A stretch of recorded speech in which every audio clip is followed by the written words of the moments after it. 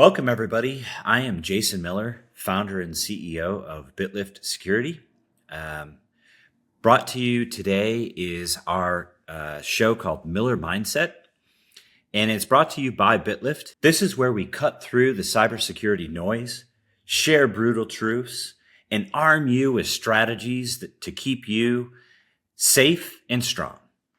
Today, I've got an awesome speaker with me today, guest, where we're going to dive into the real world trenches and stories that'll have your hair standing on end and show you how to come out on top.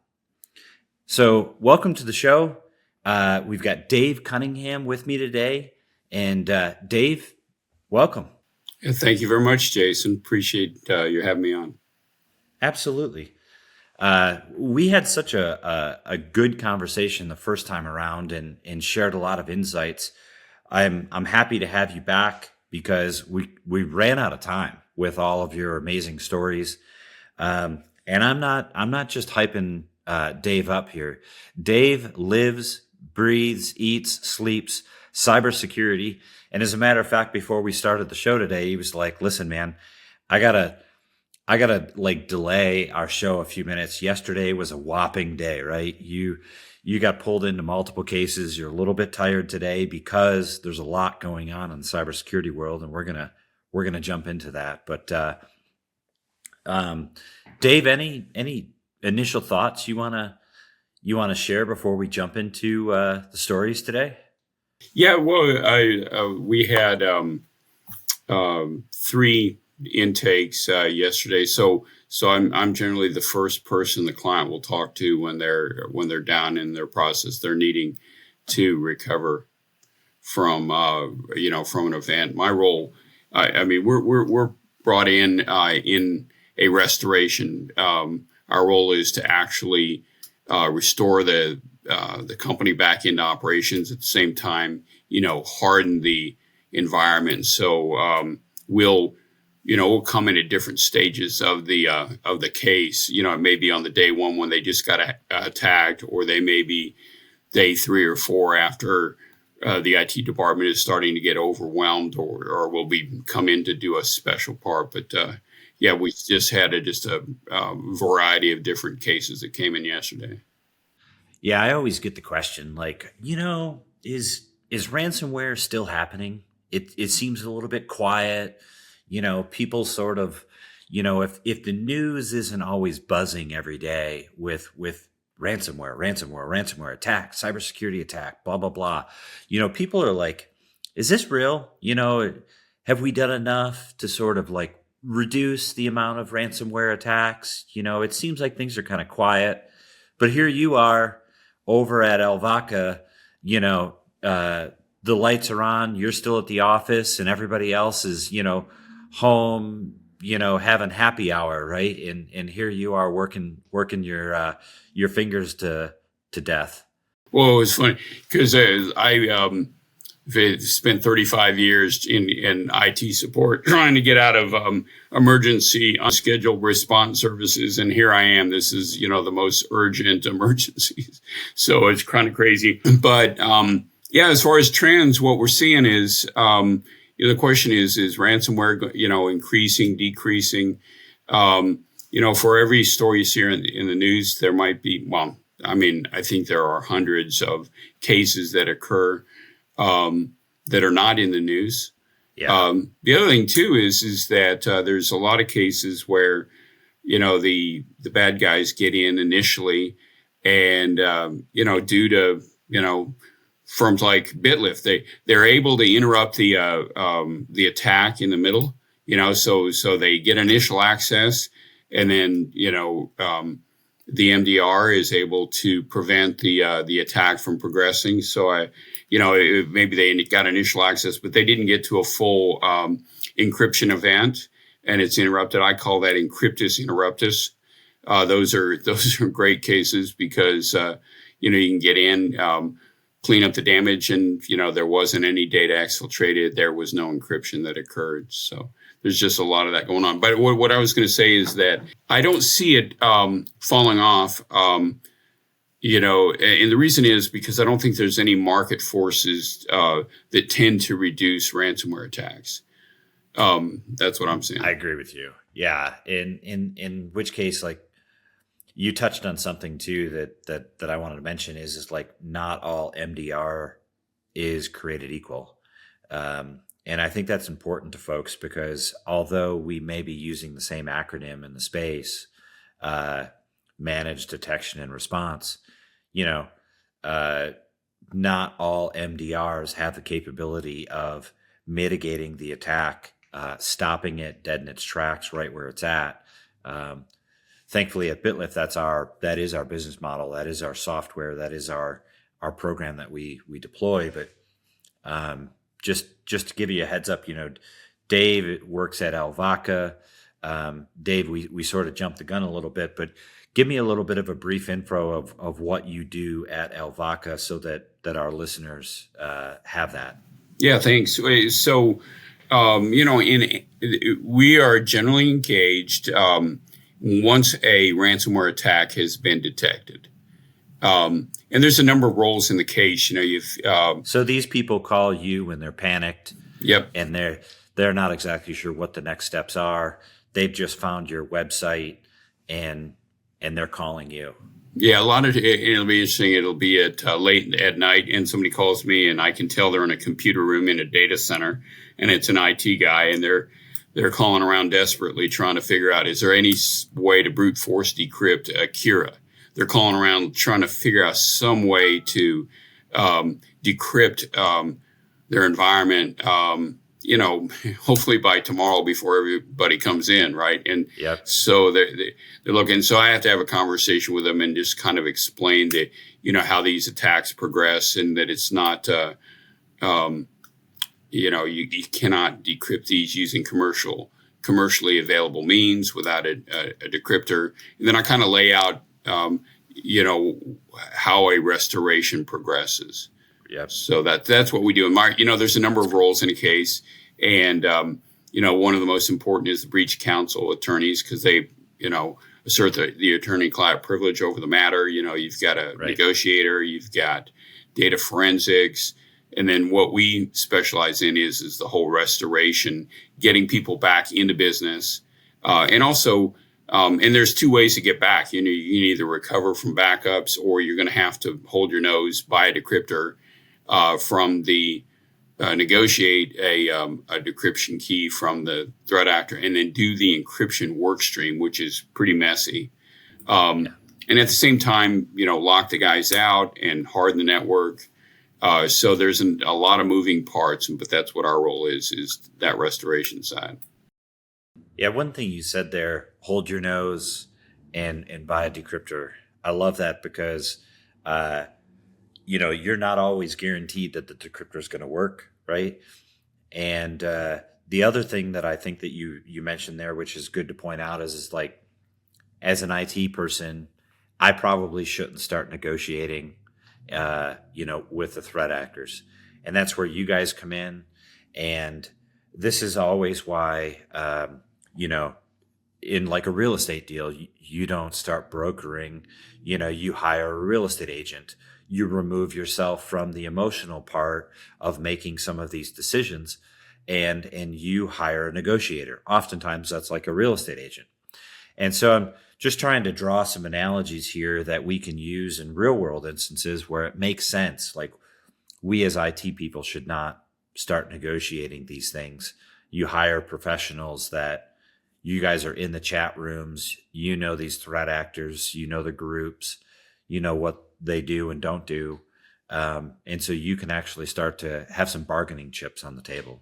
Yeah, well, and the other thing too is there's more to negotiation than just trying to get a discount from the decryption, on the purchase of a decryption key, because there's intelligence, data being gathered that's going to inform the breach counsel attorney and figure out, okay, what data has actually been exfiltrated. That drives our notification requirements, those sorts of things. And so it goes beyond just trying to get a discount. And so a lot of times what will happen is there's no intention to pay a ransom because we know we're going to recover from backups, but there still is a negotiation, a faux negotiation, if you will, right, to capture all that information. The other thing is that when there's a negotiation going on that appears, to the bad guys as moving towards an eventual payment, then they have less of a motivation to be harassing the company during the time. So that kind of helps forestall that problem. So the negotiation is huge. They think that there's going to be a successful outcome for them, payment, all while on the side of it in the background, you're working with the client towards a successful outcome with them, hopefully not to pay. And restore. And so you're in the background, you're working both sides of the situation. You're working, with the criminal threat actor, and you're working with the client, trying to get the best outcome for your client. Absolutely. But you've got to work both sides of the situation, right? Absolutely. Well, and then the other thing too is that once a decryption key is in hand or decryption tools, some people kind of think that you're going to just enter that in like a password or something, and then everything is going to come back to life. And it turns out that the whole work stream to use one of these criminally provided decryption keys is pretty, I always call it a bit of a root canal, because the data has to be backed up first. You've got to be able to recover. You need to be able to do multiple restarts without corrupting the original encrypted data. Right. So it's quite a lengthy process, especially depending on the volume of the data. Then you get partial results, and it's crazy because sometimes there's some back and forth with the threat actor, which is, hey, we couldn't get these files decrypted. What's going on? And so there's ongoing communications through the whole process, even after the decryption key has been received. Yeah. No, that's great insight for people, and that's a great way to kind of start off today.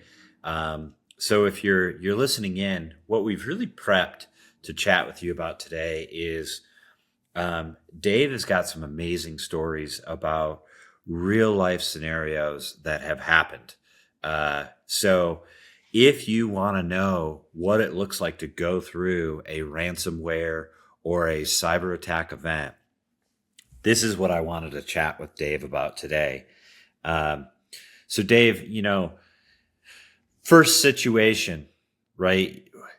Tell me about one of your scariest, ugliest, situations that you've gone through with a client. And, did you guys did they live afterwards? Does the company still exist? I mean, what happened?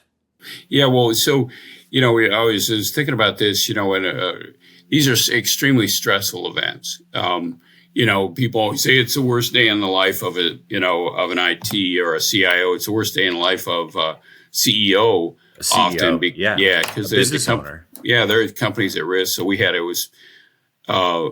a situation, and what I was going to say is in these times of crisis, people either rise, they're either at their best or they're at their worst.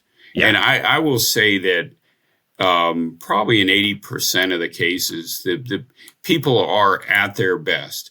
They kind of rise to the occasion and rally together, and talk about a team building exercise, because the CEO is freaking sitting in there in the data center, eating pizza with the rest of them. He's like ready to do work, but team building exercise. You'd rather go like go-karts, right. Axe throwing, you'd rather go to one of those like adult fun places, Dave and Buster's, but here we're having pizza in the data center room or in the conference room that day with everybody else. Right. Everybody's there. Out, right. Yeah. You've got everybody's undivided attention, but, we had a situation where it was a healthcare, practice, and this was a situation where the attack had occurred, and the guy, their head of IT actually was their CTO. And he immediately thought, well, if this attack occurred, it must be an inside job. So he's suspicious of his whole staff. So as one does when that happens, is you just put everybody on leave. And so now here he is trying to recover this environment by himself because he doesn't have any of his, internal IT. And so we get engaged. You're kidding me. So he's dismissed everybody. Told them he's put everybody on unpaid or paid leave, I guess. And so he's having to run the whole thing himself. So we obviously he needs assistance from an outside party, and Sure. So we come in, and we're making pretty good progress with the guy. With the case. And after about 4 or 5 days, all of a sudden he stops. We're working remotely, and we can't get into the systems. And then now he's not returning the calls, and we're completely locked out. And we're reaching out. Come to find out, we had been working pretty quickly. Anyway. He became convinced in this process that we were the actual threat actor. So he is, because it's like, no way could you guys, have gotten all this done so quickly. You must have set us up, attacked us, and then come in, and now you're charging us to recover. So No way. So wait a minute. Hang on. Hit pause for a second. You're telling me that this guy now thinks that you are the criminal threat actor in the situation. Yeah. That you ransomed and attacked his environment, and now you're the ones helping him. So you're working both sides of the coin. That was the idea, which is no way could you have, done these things not without prior knowledge of the environment. So we figured we had surveilled them, and that's how we were working quickly. And the reason why we're working quickly is we have 5 guys working around the clock, on the thing. So highly skilled, highly trained, been there, done that before. They know what to do. And so this guy is accusing you of counter attacking them. Right. So it was, and the thing was from there, so unfortunately, they ended up having to, we escalated through the attorneys and everything. And they had to, terminate him in the middle of the case. And we were essentially having to do a takeover of the environment. So that was the first shoe to drop. And then the second shoe to drop was they weren't out of the woods yet. And it turns out that all of his credentials, all of the account permit, access to service providers, he was the only one that had any credentials. And he was set up so they needed to get access to their Microsoft Office 365 tenant, an Azure tenant, and he was the only authorized individual. So now we're trying to work with Microsoft to get control of the tenant, and even though the attorneys are reaching out and the officers of the company are reaching out, they didn't have the priority support with Microsoft, and it took over a week. Working from multiple angles to finally get access to the Microsoft tenant. So that was a challenge that he was the only holder of the credentials. So that Holy was smokes! that You're was a telling difficult. me this guy, he was the only one in the company that had keys to the kingdom. Right. Okay, if you're listening to this right now, I sure hope that you're taking notes, because this is a bad setup. Wouldn't you agree, Dave, that this is a bad setup, that you do not recommend companies only have one person that has keys to the kingdom? And it was surprising to me because it's actually, kind Gosh, they You had said it was a 500 healthcare employees. Yes, organization. healthcare. And so what it means is that the board and the officers, they do need to have a couple of lessons learned. They need to have break glass accounts so they can get in and they're not dependent on a single individual. Yeah. So having that was would have been really important, and having multiple people, having access. So Yeah. I mean, not only, this guy was like skeptical and he was like, but he was also paranoid. right. I mean, That's what there was things we ended going up on learning.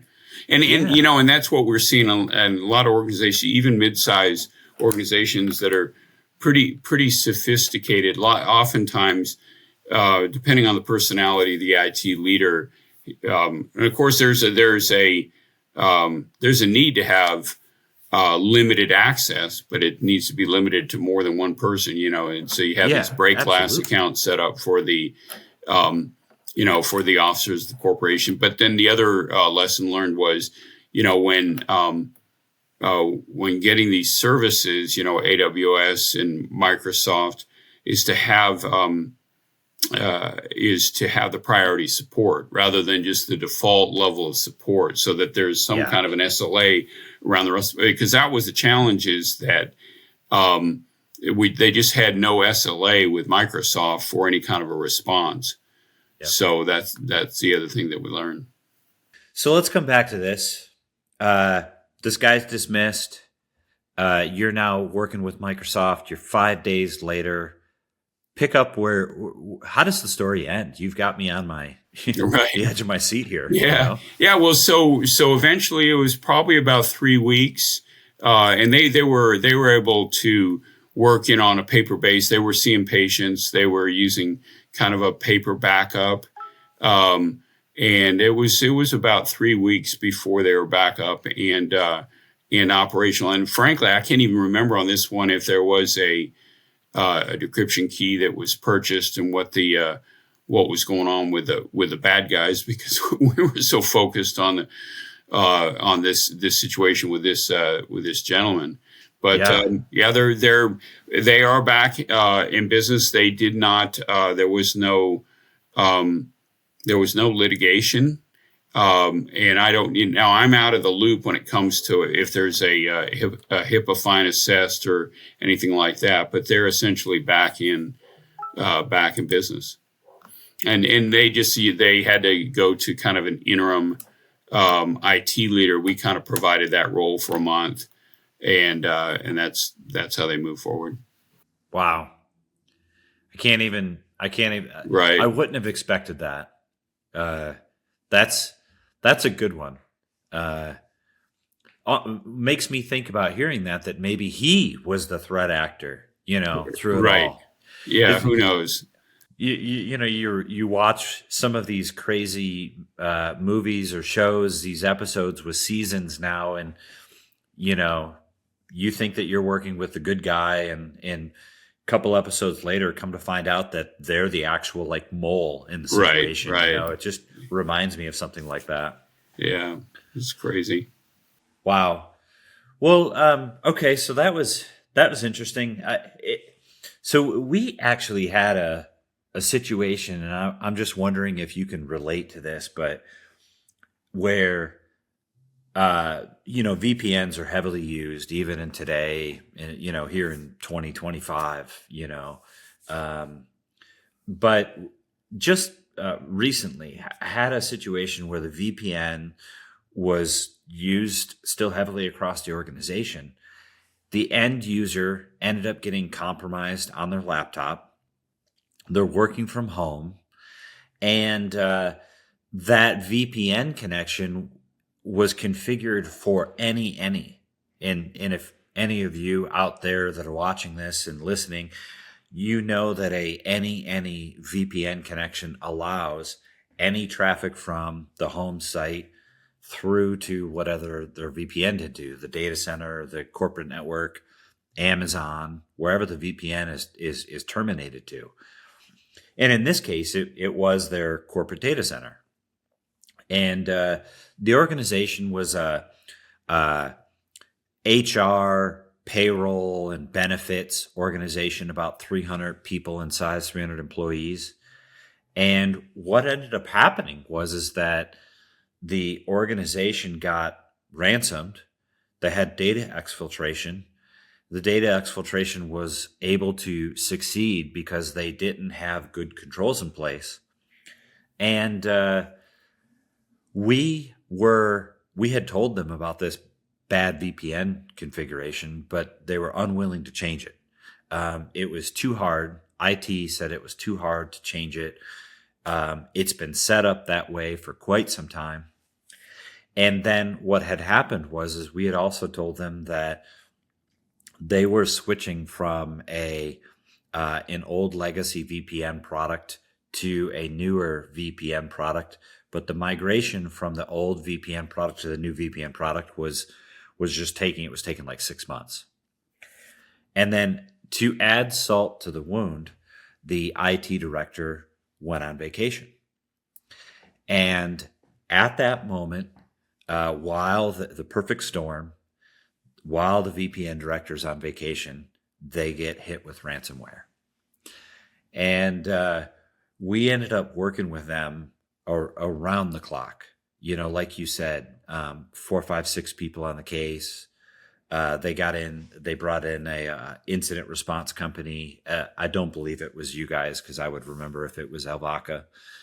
But all that to say is just the sheer scale and the sheer precision that took place, and the number of sort of bad decisions that sort of took place over the course of the last 6 months to a year, of where IT was either migrating something or not doing something that they should have been, and didn't realize that decision after decision after decision eventually caused this bad situation.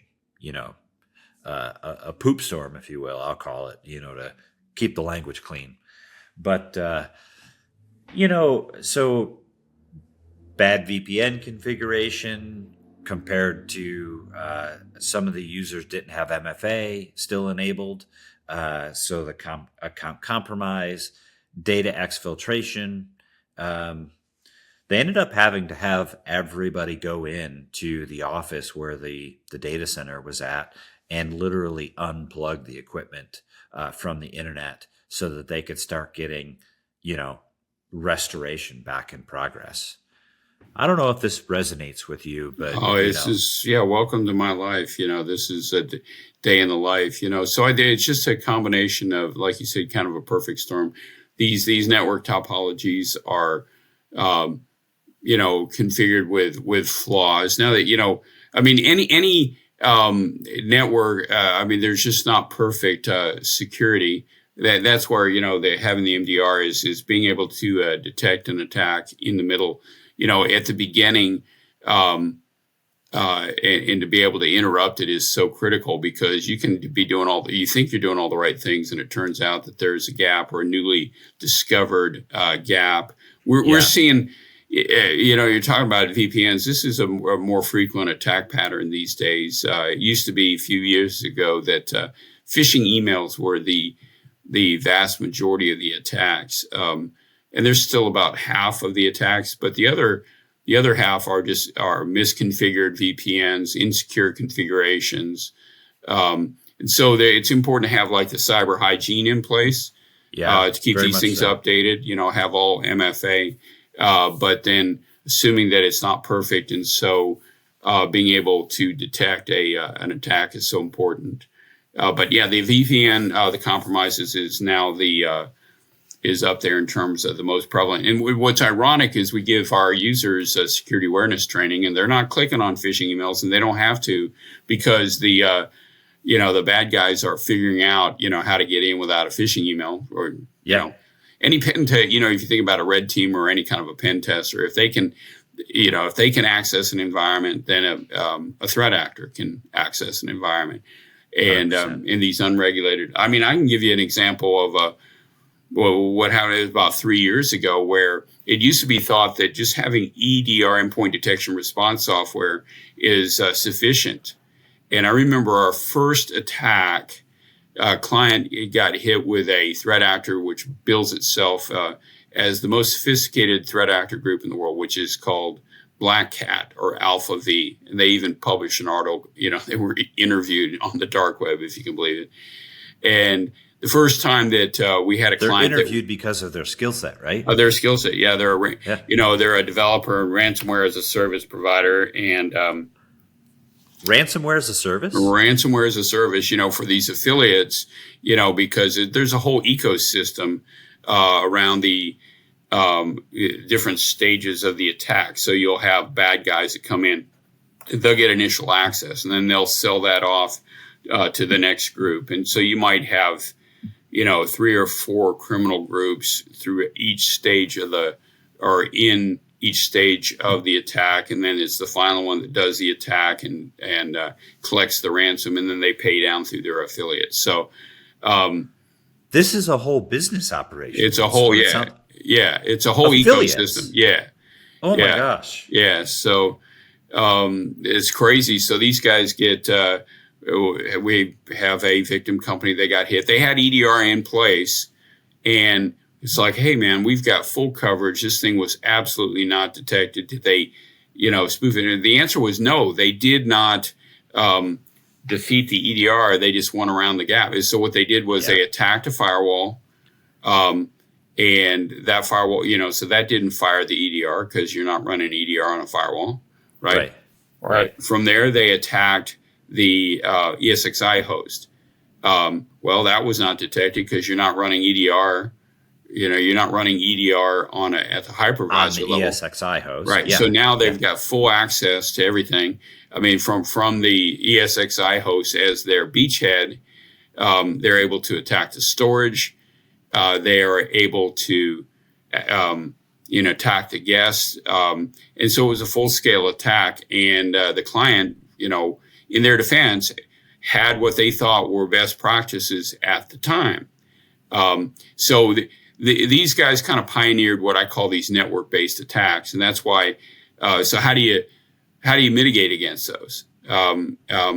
And even at that time, as we're talking to other folks in the industry, it's like, have you ever seen this? And what are we had to come up with our own kind of remediation plan on that.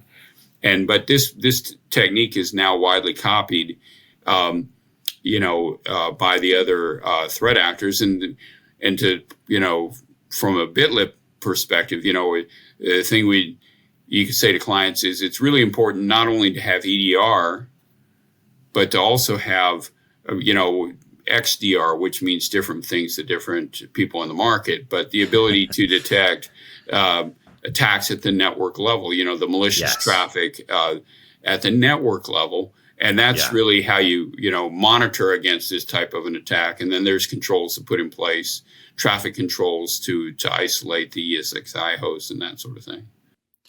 Yeah, I want to add something there, and I hope you agree with me, is well, you can have your own opinion. I want you to have your own opinion. But XDR, MDR, I've even seen MXDR in the space.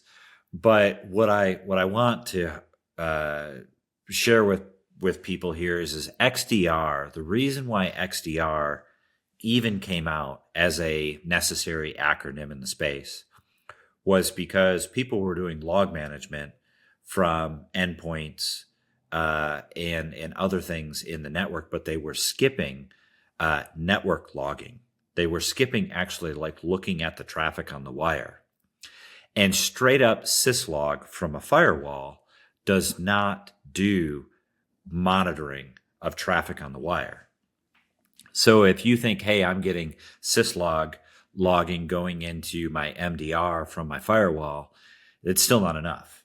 You should have a tap or some sort of inline monitor or a mirror monitor of your network traffic correlating with your syslog traffic on your firewall going into your MDR product. That's what we would consider full MDR or complete MDR, or leaving no rock unturned. But then the marketplace felt the need to create a new acronym called XDR. I don't know what your take is on that, but that's my take is not leaving any rock unturned as far as looking at traffic and logging on your environment. Yeah, my thought is just whatever we call it, whatever we need to have that extended. We need to have full coverage of the entire environment at the network level, not just the host, but at the network level. And the other thing is the cloud tenants. Let's just say Office 365. Office 365 tenant itself is an attack vector, and so. Criminals get compromise Office 365. They can then turn off the multi-factor authentication.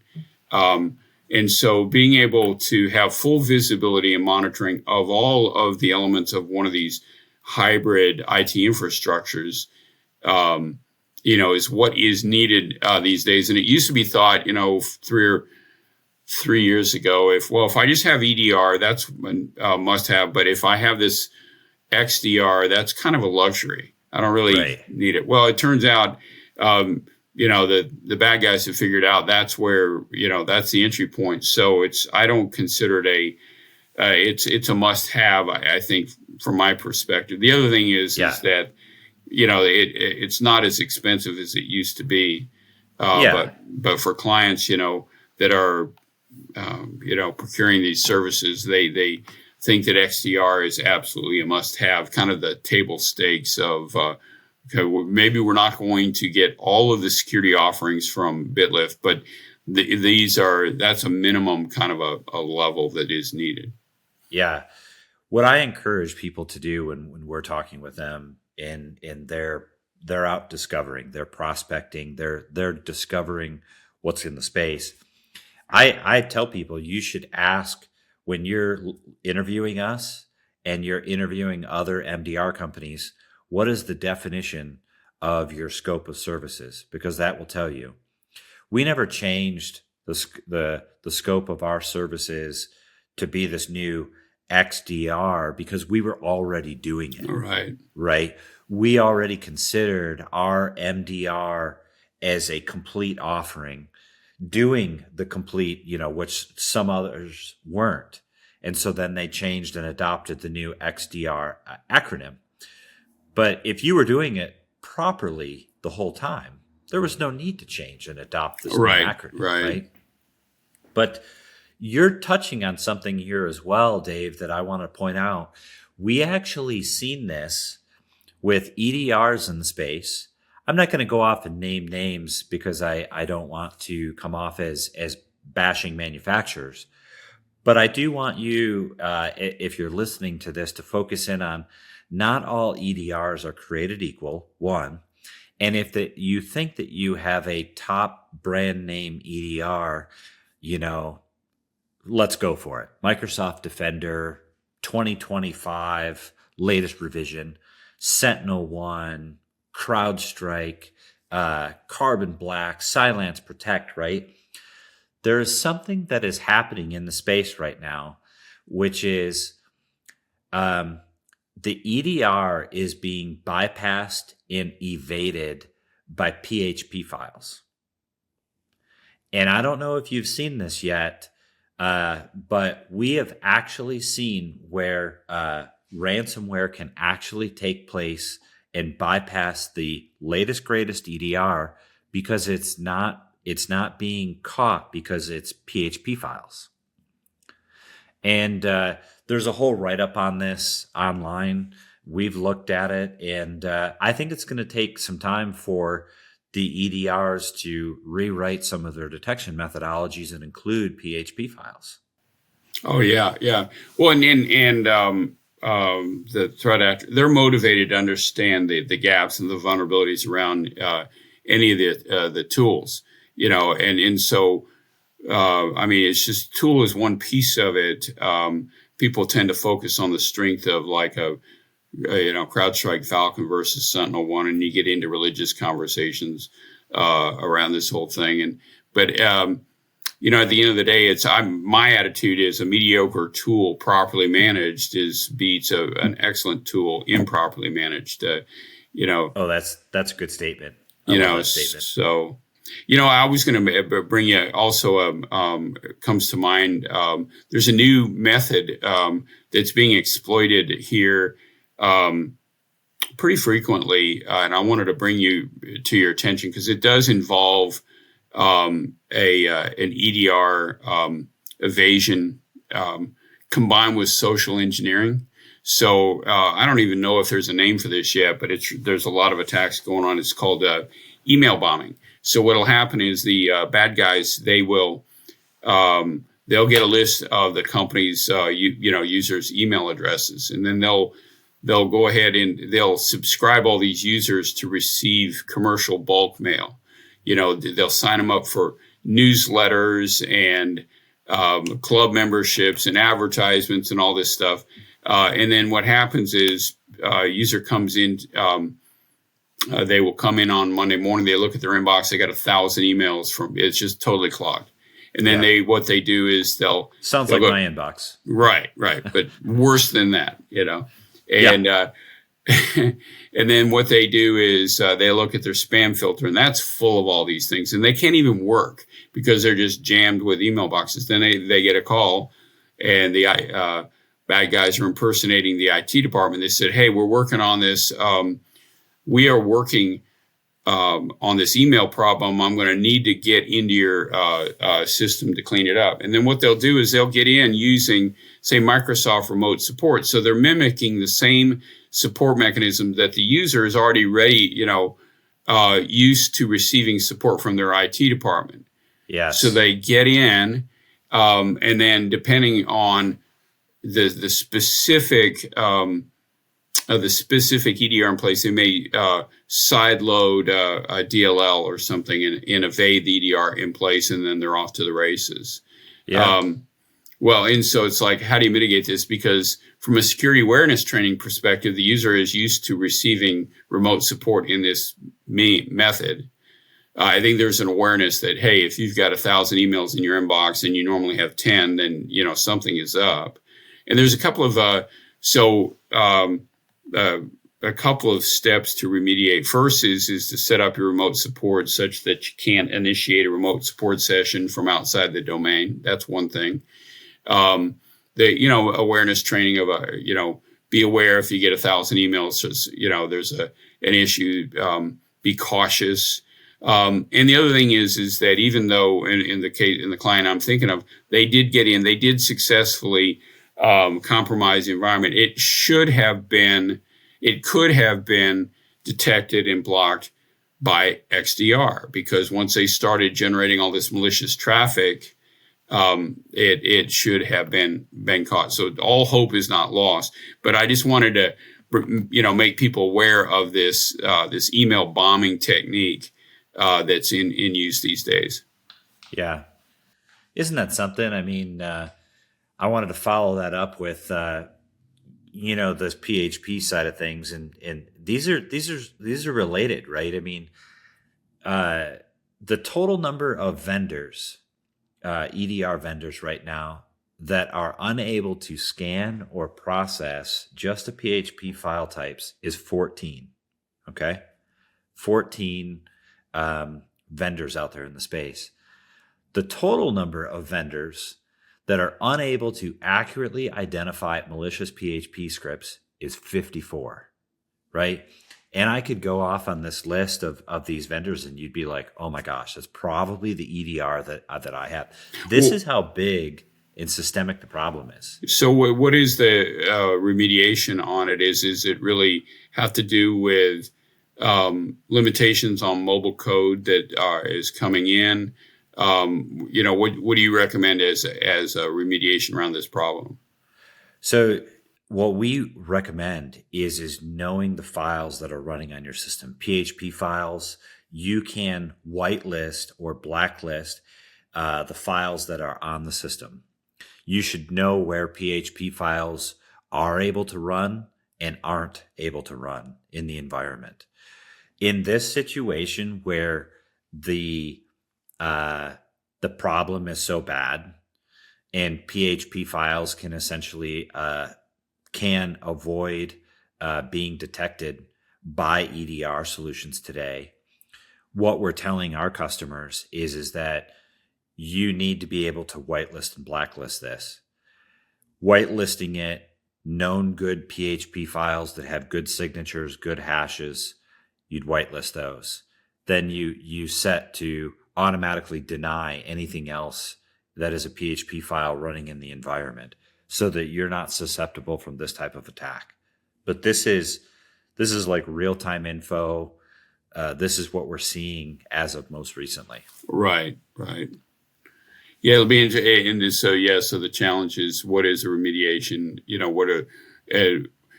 So like in your case, what are you guys doing in terms to mitigate this? Are you providing whitelisting technology like threat lockers, that kind of thing? Yes, there's a couple of tools out there that you can use. The whitelisting technique is either done through like a threat locker or like your EDR solution, or you can use your RMM. Your tools, sometimes they will let you to do detailed whitelisting and blacklisting. If you do not have a tool that allows you to do whitelisting, blacklisting in the space, then we would recommend a tool. And it's going to be a tool that we have skill set and expertise on. It's typically not even a tool that we would sell, right? Right. So we don't have a conflict of interest on it. We're not trying to like sell you the tool, but we are trying to get your cybersecurity posture where it needs to be. That makes sense. What I wanted to jump into is sort of your thoughts next. Like, we kind of went through your horror story. I got to hear your horror story. Do you have any other horror stories that you want to share with me today? I was going to say we had one, but we were the butt of the joke. I can give you that one, which is it was funny. So we had this. We're in the process of doing a restoration. In the process of the investigation, we ended up found that the exfiltration script that the bad guys had run, they'd gotten sloppy. So just for folks that are not that familiar with ransomware, it's a kind of a 1-2 punch. The first thing the bad guys do is they go steal the data, exfiltrate, because then they're going to hold that for a ransom, and they'll demand a ransom not to release the data. So they exfiltrate all this data, and then at the end of it, then they'll go ahead and launch a decryption. They'll detonate the encryption payload. So anyway, so we're in part of an investigation is figuring out what did they actually take, because that we want to limit the scope and notification. So in the process, the investigation, we find the exfiltration script that they ran, and they left their credentials in the script. No way. So what that means is, it's just like, oh, this is great. That means we can essentially gain access to the criminal's vault. Right. Right. So it's like, oh, okay, this is really good. Of course, we're not telling them, hey, we got into your vault. But so they go into the vault, and we can see, yep, here's all that data that they told us they took. It's here, right? And I forget how much data, but there's about 1 terabyte of data sitting in their vault. And we're thinking, well, if we could just delete this data, and then they wouldn't hold it anymore, right? But so anyway, so the idea is, okay, let's go ahead and quietly delete all that data so they don't have anything to hold over us. And then we get to there's a part of the negotiation phase where you say, all right, it's proof of life. Can you please, send me a file tree and then some sample files to show us that you actually have the data. So it's called proof of life. And so you go through that process. So you're talking with the criminals right now, back and forth, yeah. Or I'm not. The attorneys and the negotiator are right. But we're thinking, all right, this is great, man. We deleted all this stuff. We really got those guys, and we asked for. So okay, well, we need the file tree and some sample files, And then about, 4 hours later, the bad guys, they messaged back and they said, okay, here's your file tree and here's the 3 files you asked for. And that's when we realized, oh, wait a minute, they had a backup. They had a backup of the data that we thought we had deleted. So even the criminals have a backup right. of your data, right. just in case they make a mistake. Yeah. That's good. That's wow. We were disappointed. I will say that, kind of like that scene in A Fish Called Wanda where they open up the safe and they're disappointed, and anyway, we thought we had them, but we did not have them. Wow. That's something that the criminals would have a backup. So they're protecting themselves as well. They want to make sure if they make a mistake. You got to be careful, 3, 2, 1. You got to have, anyway. It's funny. They will give as part of the, there's a promise not to attack again. And they give you a security report of here's how we got in. And here's our recommendations on how not to get attacked again. Read this stuff. It's have good backups, It's like you're reading this report from it's like, yeah, right. I got it. Right. Have MFA, Yeah. Did you ever have a client situation where you got a report from the criminals of how they got in? Oh yeah. That's part of the standard thing. Now sometimes it's boilerplate. Yeah. It's just like here we did, but I mean the quality of the reports, vary, and sometimes it's they give you a report. This is what I did. And then you look it up with the investigation, and it lines up. This is exactly how they did it.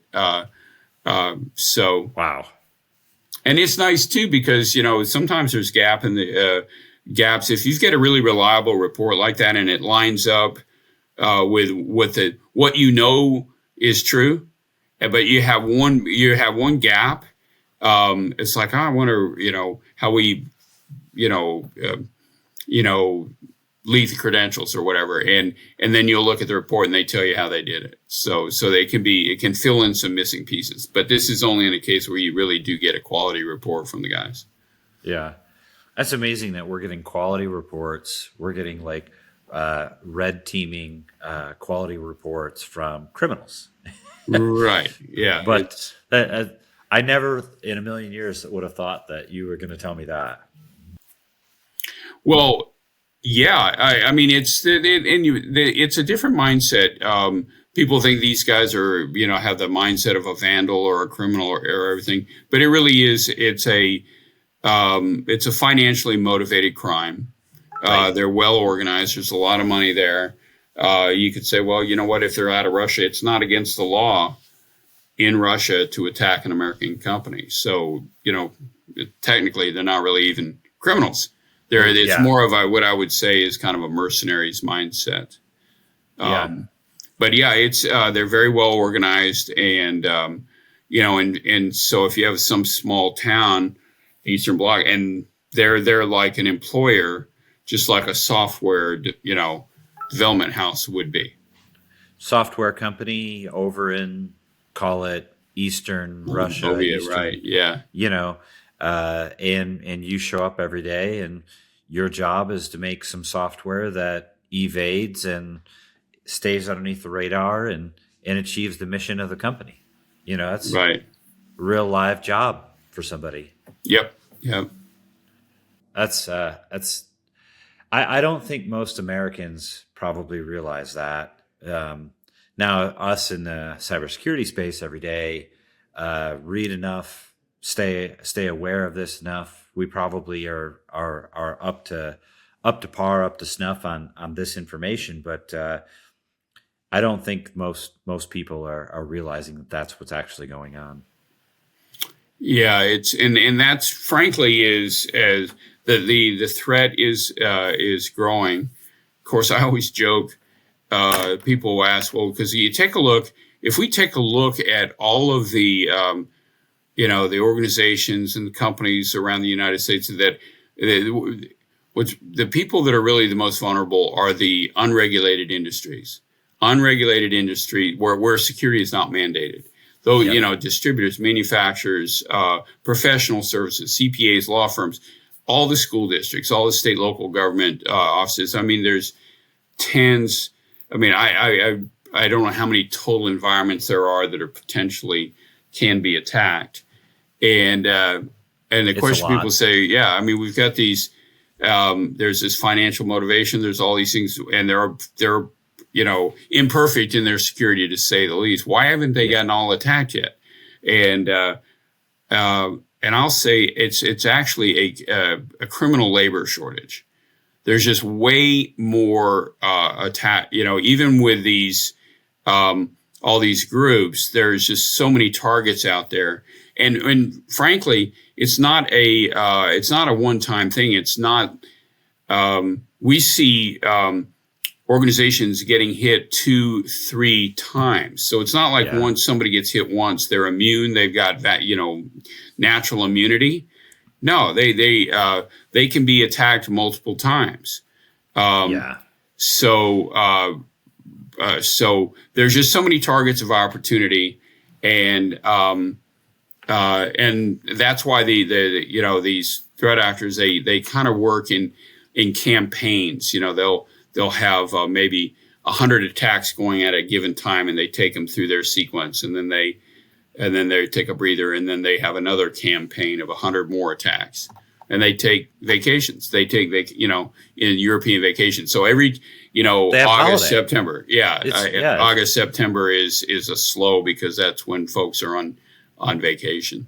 Yeah, these criminals are, living the high life with the millions of dollars they collected from the other months that they're working, and Right. they're going to go and spend it, and lavishly, and then they'll come back, from holiday and get back. But I'm intrigued. You said something. So we here in the United States have a cybersecurity employee shortage. We're short cybersecurity people, but what you're actually saying is the criminal market is short labor, and so that's why they just they don't have the guns, so to speak. I'm not talking about physical guns, but I'm talking about human capital to go after this in full force. Now, yes, they're using automation, and we've seen automated cyber attacks,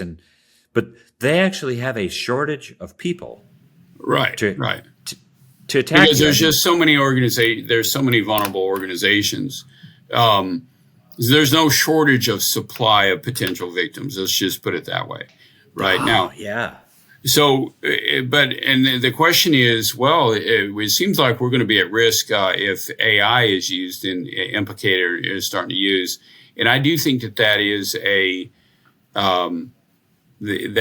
we're going to see. Now, we've not A major vulnerability. The only place we're seeing AI at this point is just better written phishing emails. Yeah. Much more targeted. The ability, if bad guys logical written code, some code that's maybe logical or they'll automation. Yeah, or they'll be surveilling email, and they understand your patterns and who you talk to and how you talk, right? Right. And so when Jason Miller says, hey, I need you to do, cut a check or change the banking information over, Right. It'll be written in your voice using Yep. phrases that you typically use, Yeah. So that's the kind of, we're seeing a more sophisticated, especially around business email compromises. And the ransom notes, or the threat actor communications it's not apparent that they're written in a second language. Yeah. I fully agree. We have seen that as well. We see phishing emails every day, all day, every day. And they're well written, and oftentimes, like, we even received my team members received phishing emails, and it acted like, and it looked like it was written for me, and there was these replies back and forth in the thread that made it look like a full-blown thread. And then one of my team members forwarded it to me, and it looked like I had this full blown conversation back and forth with another team member on the team, and then it was forwarded to the eyes very quickly, like replies, Jason Miller, the email address, all of that was put there as if it was a real thread, but it wasn't. It was a fake thread, and it was amazing. I mean, it looked like I had a full blown conversation with another team member for hours. Yeah. Well, and this is an area where I have a bit of a contrarian perspective on phishing emails. If you'll indulge me, I've got a tortured analogy I'll give you, which is that well, I've got two tortured analogies. One is that we say that hey, we need to our users are our best line of defense. They're our strong weak link, and I just don't really subscribe to that anymore. And then, so the analogy I use is, let's take the example. Let's say we have an ocean liner, and where it's going to sail across the North Atlantic, right? And we're going to give it pick a random name like the Titanic. All right, so he's going across the ocean, and so yes, we can go to our to the passengers and give them training and train them. Here's where the lifeboats are. Here's don't fall in because the water's cold. And by the way, be on the lookout for icebergs, right? Okay, but my opinion is the guy that needs the iceberg awareness training is the captain of the ship. The captain and the crew of the ship, they're really responsible for this. And so when it comes to phishing phishing emails, for some organizations, it's a problem. They get phishing emails. But if, phishing email, and I don't want to be overconfident about this, but it's a largely solved problem. People don't really pay attention to their email security because they're working on the fancy stuff, the XDR, and we have this basic email, it's almost like it's passe to manage your email security. And so people don't pay attention to their email security, and they start to accept the fact that we have, inbox, in our inbox, that we're just going to get email phishing, or we're going to get phishing emails, right? And with good email security, that risk can largely be mitigated. We've got the technical means. This is almost I don't want to say it's a completely solved problem, but our attitude, and this is the rant, my second rant, is that, imagine if you owned a restaurant. And fine dining, right? Jason's Miller Bar and Grill. And so the question is, what is the Miller time? I like Miller time. Right, right. And so the question I would ask you as an owner is, what is the acceptable number of rats to have running through the dining room amongst the diners? And the answer is 0. There's no tolerance for that's bad for the business. I mean, unless they're entertainment rats. Right. Yeah, and then we don't say to their diners, all right, let me give you rat awareness training. Make sure you're wearing golf spikes, and and you got to be there. And if you want to bring your small caliber hand, shoot these rats, that'd be great. You don't no, we just no rats in the dining room. That's a pretty standard thing because it's bad for the business to have rats in your dining room. Well, if rats are bad in your business for a dining. A phishing email is far more devastating. A single rat in a dining room is not going to put a restaurant out of business. Yeah. But a single phishing email in an inbox, it can put a company out of business. These are way more dangerous than rats, but yet we accept the presence of phishing emails in our inboxes. So, so now, at Alvaca, we're not really spending much more on email security than any other firm, but we do manage it. The number of phishing emails I get are it's about 1 per quarter. I get one because 1 quarter, and then it's like, okay, send that to the help desk because we manage our email security. So if anybody has got a bunch of phishing emails in their inbox, that's an IT problem. They can be Yep. solved. So They can be solved. yeah. So Yeah. number one, they shouldn't have we should not be giving users a whole bunch of emails that are deceptive. They should not make their way into the inbox in the first place. I That's love the this, first thing. Dave. Yeah, I love this, Dave. You're making me think about. So my wife and I not too long ago walked into a restaurant. By the way, it's making me hungry. Right. But we walked in, and I said to my wife, "Look at that sign on the wall. It is a county health sign that says that this establishment has 97% cleanliness, and they still scored an A." So I said, "Hey, are we going to be the 3% today?" Right. Right. You know what I mean? But it's like, here is this 97%, right? And I'm thinking to myself, I'm wondering what the other 3% was, Right. right? That they didn't score a 100%, and yet here we are. We're going to eat at this establishment today. But I wonder. I know this wasn't part of my talk track with you today, but I wonder if we put a cybersecurity risk score out to our customers, and it was hung on the wall, and they decided that day to do business with us or not based on a 97% rating, right? Right. And they had the opportunity to ask, "Hey, what was the other 3%? Why didn't you score 100%?" Right. When it came time, right? What would it be? What would people say? Would you still do business with that organization? Right. Right. Right. Well, if we organizations publish, you run a security risk assessment, you're going to get, the risk scoring, so it's like, well, we have all our criticals, highs, mediums remediated. There can be some low vulnerabilities, and it's an ongoing, changing landscape. Yeah. So I think it's just having a vulnerability management program in place and continuing to tune that is kind of what is in order.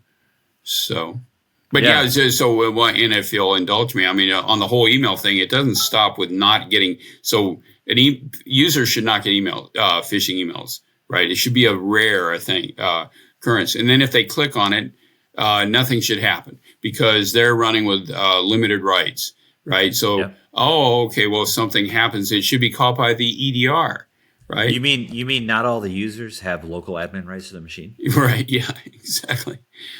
It's just so funny is when we go into a ransomware case, we're doing containment, we've got to clean things up. And one of the first things we do in these organizations is they may have users running with local admin privileges. And so we'll do a cleanup on that. Well, that stops so many different kinds of attacks, right? Then get EDR and everything. So that stops attacks. Then if they have XDR, then even if a phishing email were to execute and start to propagate, that helps. So that gets back to why I think phishing emails is a risk that can and is mitigated in organizations. So. Yeah. I think that, in this today's landscape, I'm not saying that you're going to hit a 100% all day, every day. But I would definitely encourage people to know and understand that you can achieve a near 100% with the tools that are available today. And most of the time, what you and I are talking about is, vulnerabilities not being patched with improper configurations, misconfigurations, VPNs still being used that are not patched, VPNs that are set to any. I joke and I apologize for laughing or joking about it, but users that still have local admin rights to local machines, just stuff that shouldn't be doing today. Like when we go into, some of our customers that say, not many alarms are going off and not many things are happening. Is this thing still on? We oftentimes have to remember or remind them of all of the good water that has crossed underneath that bridge. And what I mean by that is think about all of the configurations, all of the hard work that we have done over the last 6 months, 12 months, 2 years to harden the environment. We oftentimes remind them of like, hey, do you remember not all of your users have local admin rights anymore? We changed that. Right. Now they had just basic user accounts. You remember that inline mail filter solution that we put in place that you're spending money on? There's a reason why, phishing emails are down 99%, And so you remind people of all of the work that we've done. We should celebrate this moment, that we can actually take a deep breath. I don't know if you think, if you run across those situations, Dave. I know you're on the incident response side, but at least on the MDR side, after we've had a customer for several years, we sort of get to that point where if we're doing a good job, they're doing a good job. We should celebrate that. Right.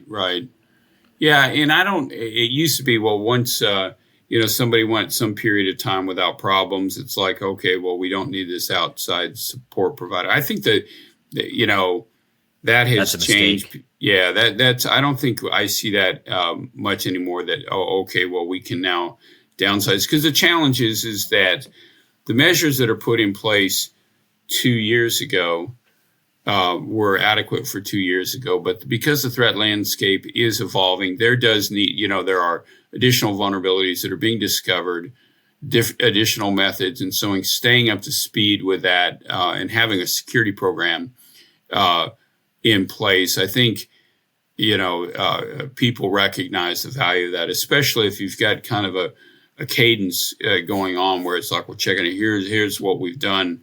Here's the progress that's been made in the last month. Here's where we're at on our roadmap. Okay, now we have a new privacy regulation that we need to consider. And so kind of managing security, proactively that way. It's part of a continuous improvement, assuming it's never perfect, but, just and being pragmatic about, if we discover that we have two risks. One of them is critical and one is medium. Let's do the critical first. Setting a priority. Yeah, because I was mentioning that we do see organizations that are hit 2 or 3 times with ransom. The last 5 years, paid ransoms a couple of times. And it's because when you take a look at the investments that they made after the first attack, they did all this stuff except the important stuff. They made investments, but they didn't consider what should we do first? What should we do first? Yeah. Yeah, that is one of the things that I have seen as well. And they get together, they have a conversation with the internal staff, say, hey, how do we do this? But how do we do it with the cheapest budget? How do we spend the least amount of money? And I get that, but you are still proceeding forward with the same mentality that got you here, right? So you chose in the first place maybe not to spend any money at all or as minimal as you could. And then it got you in the situation. You've cleaned up and restored. Now the go forward plan should be solid. It shouldn't be money driven first, even though money is a limitation. Recognize that. But at the same time, like, what should we do? What has the most benefit to the organization? And what should be our priority? And I would highly recommend that you get outside third-party counsel on that from subject matter experts like you, Dave, or others in the space. It's just a challenge. If you don't consider yourself a subject matter expert, you're not dealing with cybersecurity on a day-to-day, week-to-week basis. You're doing something else in another field. You probably shouldn't be weighing in on the discussion very heavily. If I have a plumbing problem, I'm going to call a plumber that deals with this. I think that I probably could maybe make the problem, better. I could muddle my way through. I could probably watch some YouTube videos, but I'm not a plumber on a day-to-day basis, right? And so I would engage subject matter expertise in situations like this.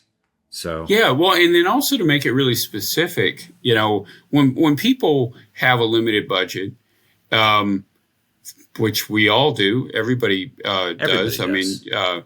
if CEOs are, if they spend money on everything that somebody walks in their office and says, "Hey, boss, we got to spend money on this," they'd be broke. So they've got to manage their resources. So my thought is, when people have limited budgets, which they do, then it's very important to do the most important thing first, and not, and just from a BitLyft perspective, we have imperfect environments. And so the more imperfect the environment is, the more important it is to monitor it for a potential attack. So to me, and we're not even in the the XDR business. People say, "Well, I don't have it. What do we need to do to prevent an attack from occurring again?" We always get that question. And it was like, okay, if you can only do one thing and you can't make any improvements anywhere, you've got this vulnerable environment, then at least have the ability to, monitor that environment and detect and block an attack. That's the first thing you do. And then make the improvements, further improvements in an environment, that at least has oversight and is being protected. Yeah. So anyway, so that's, I just think just doing the most important thing first. And then if we go, well, you got some more budget. Okay, so now we can make the next most important improvement. So that's kind of what I've been saying to clients. Yeah, we have been saying something very similar, which is, one, you need to have a up-to-date asset inventory. We need to know what we're protecting in order, if you're going to install a security system and we're going to secure something, we have to know all of the assets, software, hardware, sizes, numbers, quantities, all of that stuff, right? And then you move into, how do we monitor this? How do we make sure that the environment that we're working within today is secure today and it's going to be secure tomorrow, and we can actually put our arms wrapped around this thing and secure it. And it does take a XDR, MDR product today where you can monitor everything, protect it, know what's happening within moments. I would say near real time is the words that I use, because even API log gathering, flat file, syslog, any of those takes time for you to get the logs, analyze them and understand what's happening inside the environment. And but those are all important steps. I recommend those. You absolutely should be having a vulnerability management and vulnerability program today. If you don't, and then you can get into fancy things, configurations within EDR. You can get into, do I have an email security system, meaning inline mail filtering and other things that are looking for anomalous. But so those are all great things that you should have as takeaways. Dave, I really appreciate you being on the show today and being part of Miller Mindset. I always love chit-chatting with you because you're in the trenches, working right alongside of the people that are having these attacks happen to them. And so I thank you for the work that you're doing, 35 plus years of being in tech support, Right, exactly. No, I really appreciate you being on today. Thank you so much. I'd love to have you back again in the near future when your time and schedule and speaking schedule allows for it. And, if somebody wants to reach out to you, how can they get a hold of you? Oh, well, I think the best way would be, we have a 24-hour intake, 24-hour knock. So I'll just give the website, if you don't mind. So the company is Alvaca, which is spelled Alvaka. So Alvaca, and it's alvaca.net, not .com.